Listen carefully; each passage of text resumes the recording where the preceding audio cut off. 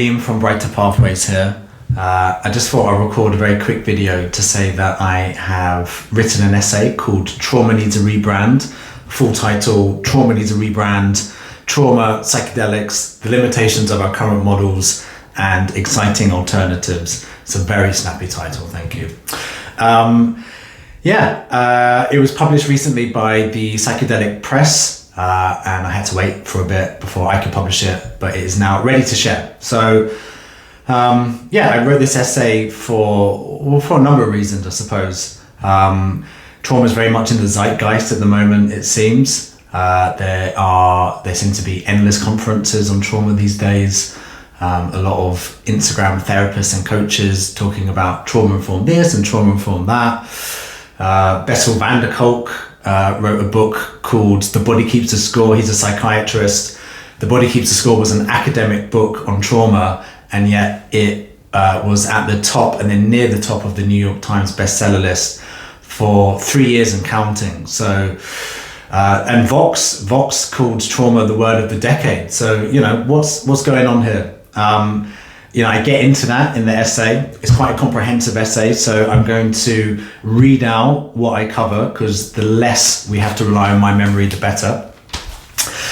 So in the essay, I go into how and why the Diagnostic and Statistical Manual for Mental Health Disorders, aka the DSM, how their definition of trauma, I think, is outdated.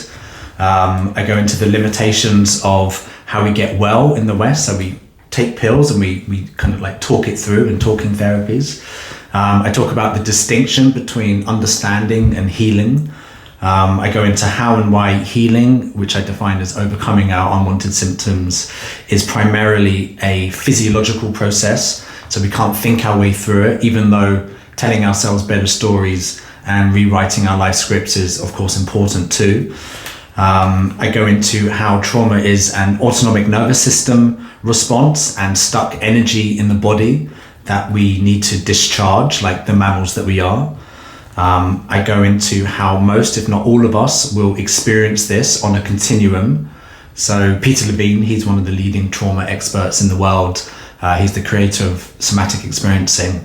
He says that trauma is a fact of life, but doesn't need to be a life sentence. So I go into how when we discharge this stuck energy and regulate our nervous systems, our stories can automatically update. So our stories about ourselves, others, and the world. I go into how the body keeps a score and the mind hides the score of trauma, and how somatic experiencing and internal family systems, or IFS, are modern and very powerful interventions that can help with the mind hiding the score and the body keeping the score. What else do I go into? I go into a lot. I go into how trauma, aka the protective response to overwhelm, can be as a result of our personal histories, but also the environments in which we live. Also physical overwhelm, so surgery, accidents, injuries, even common injuries like whiplash. I go into the history of how we became so disconnected from our bodies, and I go into it, go back like pre-Descartes. I go into some criticisms of modern psychedelic protocols. I say that they can be not very trauma-informed. I say that they are often mostly neck-up approaches. They can be an extension of the biomedical model. They can obsess over the mystical experience. Ultimately I go into how taking trauma-informed interventions are transdiagnostic. And I go into a whole bunch more. So it's quite a comprehensive essay. And importantly, it's worth saying that I wouldn't have been labeled as having trauma using the DSM's definition. However, once I started to take a trauma-informed approach to my own well-being, it was only then that I could thrive. So I had chronic insomnia for about 16, 17 years. I found relationships overwhelming and impossible. I had a racing mind that couldn't ever keep still, and so on and so forth. So, now I sleep like a baby on the whole. I'm in a beautiful relationship with the most amazing woman. I don't want to give this impression that things are always, sunshine and rainbows, but comparatively, it's been a game changer for me. And yeah, I'm not alone. You know, many of my clients, like me, they've tried conventional approaches, antidepressants, talking therapies, and it either helped to a point or it didn't help very much at all. So yeah, you know, taking a trauma-informed approach, I think it shows us that, you know, we have this wonderful mind. It's fantastic. It's an excellent tool.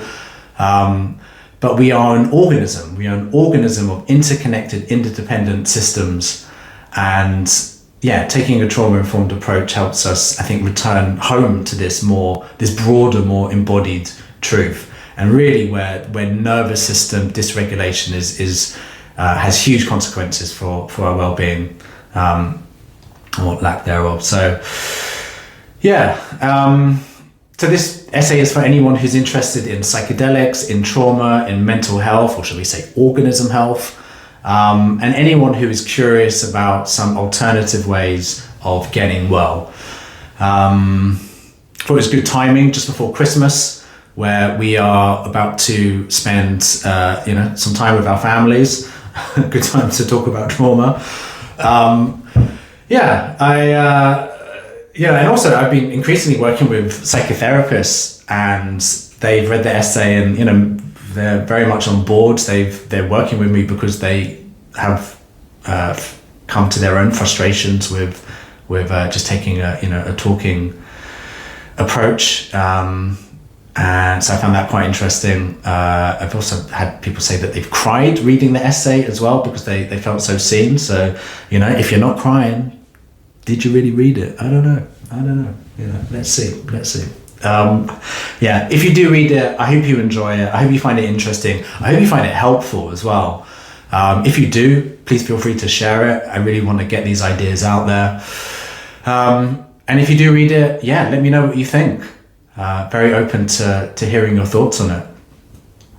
All right, well, thank you very much. And I will see you soon.